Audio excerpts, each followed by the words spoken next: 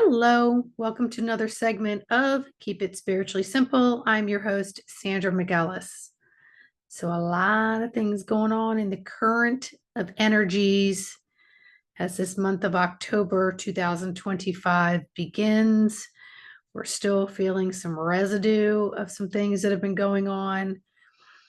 And many of you love to tune in to every social media platform there is out there, and most of it is fear based stuff, predictions, which is just yo-yoing your nervous system and keeping you in dysregulation and dis-ease on all levels. So there's a lot of helter-skelter going on within your person, and your cells are just they can't ratify. They cannot balance and keep the disarray at bay, because it's like tasering your insides. On top of that, you have your daily routine of responsibilities and accountabilities. So while a lot of this current is flowing, and some of it may feel like it hits you like a wave, let's kind of go over a couple things. So a lot of memories coming up. So today I had even more memories coming up. And so as they're all popping up, I look at it as if it's an opportunity to zoom in a little closer and take a look. So it could have been a memory that popped in from an old relationship or when I was a child, and it will come in technicolor. It has come in like boom, boom, boom in the last couple of days, especially. And so during this opportunity to zoom in a little bit, it gives me a little more eyesight into maybe how I might have overly participated towards the outcome of that memory. So maybe it created a little more of a dramatization instead of just a beep, blip, little nothing. And so that memory is stored in my physical, mental, and emotional body. And things are being triggered to bring things up. So, like a few days ago, I had something trigger that I didn't even know triggered me, but whatever it was, boom, this whole video popped up in my head of a memory.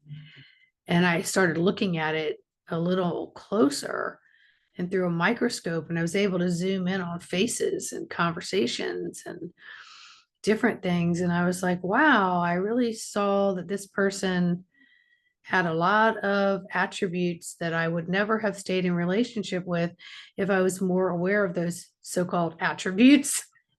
Not being nice here, that didn't serve. And I ignored them. Was it out of ignorance? Was it out of overlooking? Was it out of love? And I just didn't want to see it. I don't know. Whatever it is, doesn't matter. It occurred, and now it's coming back up for me to take a look at it. But I could see how I participated. I could see I allowed it. So I was a participant in that event or those events with that particular scene that was being shown to me. And so today, more of them were popping up when I was driving. And I started to say, okay, well, I don't know what the trigger was for that because I just got in my car to drive and no event happened. But it's just a timer went off and the memory would pop up. It's as simple as that. And so I just said, thank you for showing that to me and let me see, sense, and feel into that memory, not the trigger, and see if I can go full swing into it and just take a closer look that would bring me more clarity and understanding of that particular situation that occurred at that time. So there was no shame or blame upon myself, no matter how much of a contributing factor I may have been in it. The only thing that I could say is I got to let go, let God. I got to forgive myself, and I got to forgive others, and I got to forgive the situation. And if I had it to do over, I would do it very differently, but I can't go back and redo it. I can only get on that vibrational cord and send the notes of love on it in hopes that it overrides the old pattern, the old tracks, and dissolves it, lets it go. And so that I don't have to examine it any closer. It doesn't need to come up to teach me anything else. And so I let it be released from my subconscious. I let it be released from my emotional body. I let it be released from my physical body. I let it go. And then Spirit's been talking to me a lot lately about victimism. People are like, I'm not a victim. Well, when we attribute emotions, feelings, behaviors, reactions from an exterior point of view, it is a victim. So, what triggered the victimism conversation in me? I have friends that love to get answers from me that don't seem to want to go within and get them from themselves. So, someone messaged me and said, "What shifted today? I feel amazing." Other times it could say, "What is going on? I feel like shit." So I always go back to, well, energy's changing. The air continues to do what it's going to do. You just don't see it, but you could feel it. And that lets you know it's there. And maybe you need to pay attention to it or reroute yourself in some way, shape, or form so that doesn't keep hitting you in the face and that you can self regulate and find some happiness and joy. But a lot of people like to stay in that rut. There's a lot of other people that will say things like, well, I was in a fine mood till I came into this room. In other words, everybody in it made my mood change, right? There are people that will say, I didn't get that raise because, my boss hates me, And I remember when I was in my 20s and I worked for a very prominent medical practice. And one of the technicians said somebody else in another office got a raise. And I didn't have a response to it. And she said, "Oh, well, she must be effing someone. Like she would never get a raise without effing someone." Now I'm like 20 something years old, right? And I'm thinking to myself, I don't know that person or that they would do that. So that doesn't change the way I view them. It changed the way I viewed the person that said it because she's thinking this person wouldn't dare get a raise on her own merit, even though she was equally as educated and had the exact same position as she did. So what she was doing was showing her own insecurity. So she was throwing it out there, which taints someone's impression or opinion of someone, no matter how well you know them. But it didn't me. I was like, whatever. It just told me a little bit about that person. I literally happened in a lickety split. And I thought nothing more about it. But you have to realize the victimism that people throw out there, that it's everybody else's fault that things are happening to you, not for you, through you, or maybe preordained in your checklist before you incarnated. Who the heck knows? But, if we are looking at the outside events and they are triggering us, who holds the power? The outside events? Now, our bodies are here to regulate, and they will regulate to the temperature outside. They will calibrate to the energies outside of you.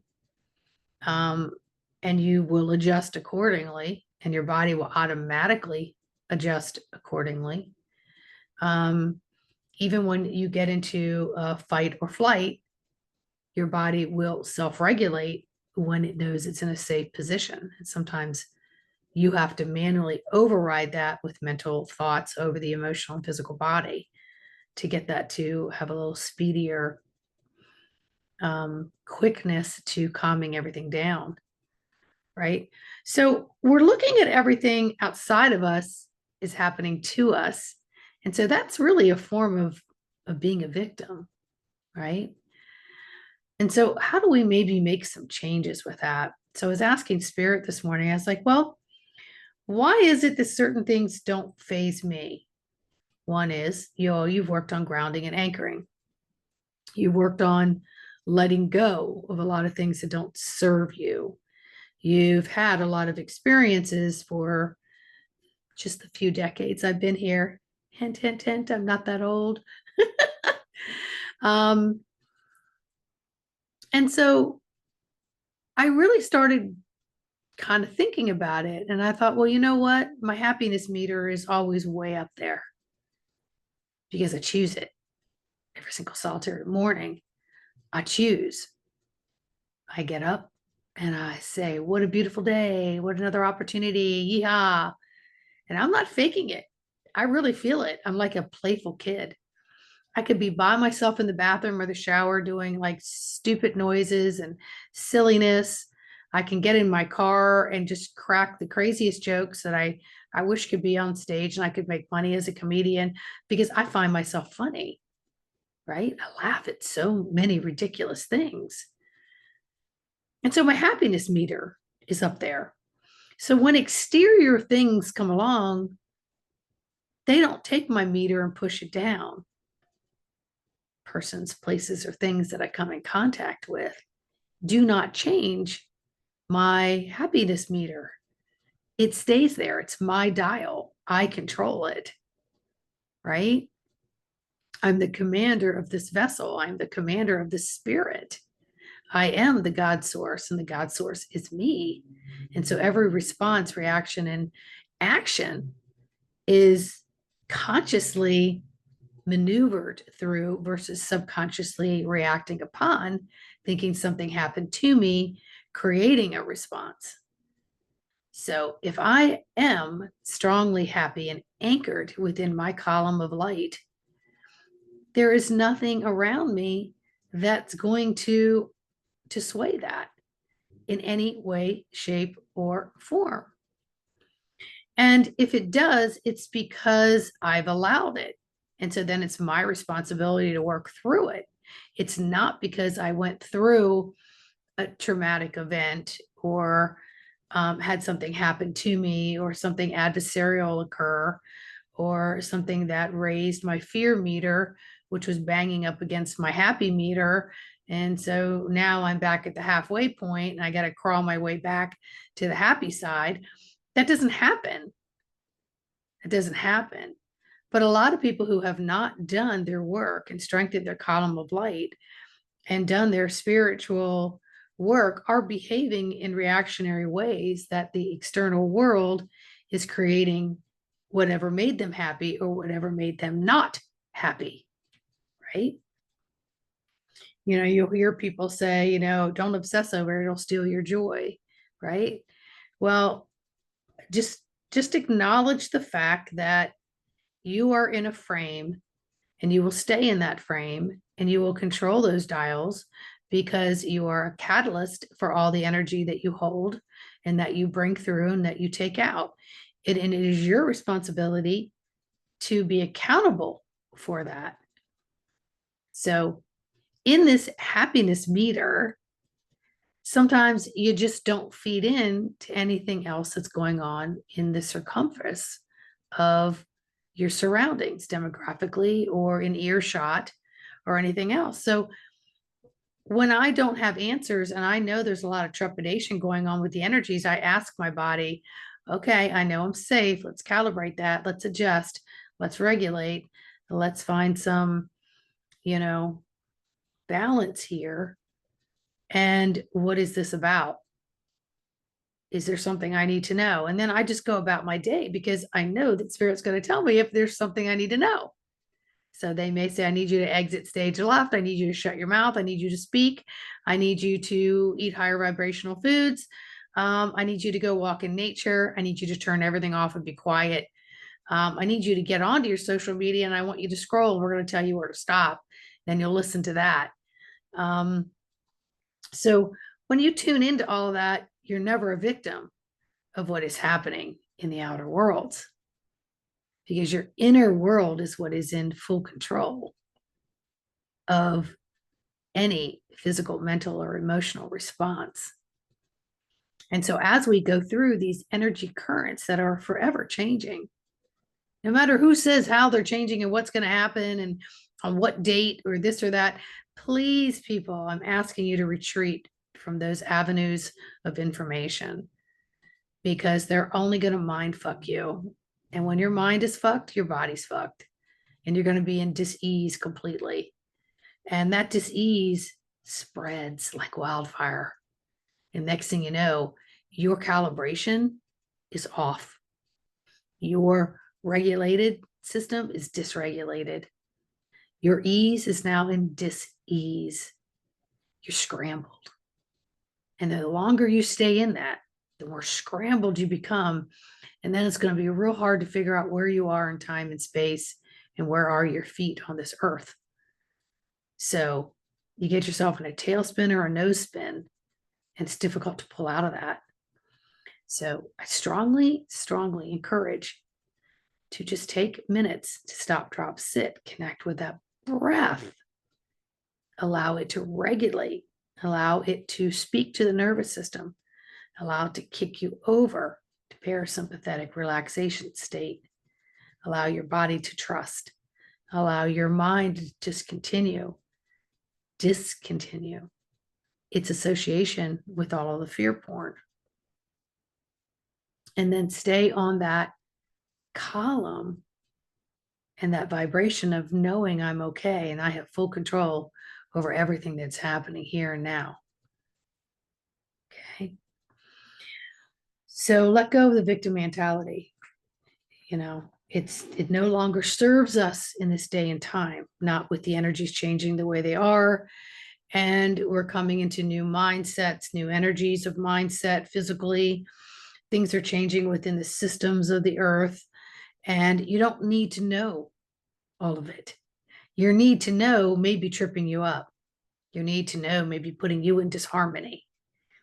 Trust that you will know what you need to know when you need to know in the now moment. So keep your happiness meter up. Pay attention to what it is that you're doing in the moment and who you're with in the moment. And that is your responsibility to hold that space, to hold that love in your heart, that knowing that everything is as it should be and everything's okay, and that you will be told when to assist others and when to assist yourself. These things are critical. Okay. So while the world chronically spins and goes into acute phases, trust that your inner space is on you. And that control dial is in you. Learn how to manipulate that and override the exterior victimism that occurs in the world today, because that's old programming, my friends, doesn't serve you. All right. Another thing about keeping my happiness meter up, a lot of the stuff that everyone else is experiencing, I do not experience. So you can call it another timeline. You can call it a shift within your own space. You can call it whatever you want. It doesn't matter. Just know that this apparatus called your physical body is up to you. It's up to you to operate it and stay in your lane and not create harm to others. And their harm doesn't affect you because your happiness meter is high and things just bounce off and evaporate. They just don't affect you. And then you'll find your emotional body is much more in a keen state of homeostasis. So you're not triggered as much by a lot of things. Let these memories come up. Take a good look at them. Say, how do I feel? Where is it in my body? Don't go, I wonder why that just came up. What happened? Don't worry about that. Where is it in my body? Where was I in that particular situation? Interesting. I'm seeing and feeling it a little bit differently than I remember participating in that scene. Okay. Well, thank you for bringing that up. It does not serve me now. I just douse it with love, douse it with forgiveness of myself, douse it with forgiveness of others, and I dissipate that and I send it all back to the divine creator. That it doesn't stay in any of my real estate mentally, physically, emotionally, etherically. It doesn't stay here. It no longer rents or takes space. That my home, my house, my avatar is being cleaned out. So look at it that way. Thanks for getting the cobwebs out. I appreciate you. Breathe on that, my friends. Breathe on it repeatedly.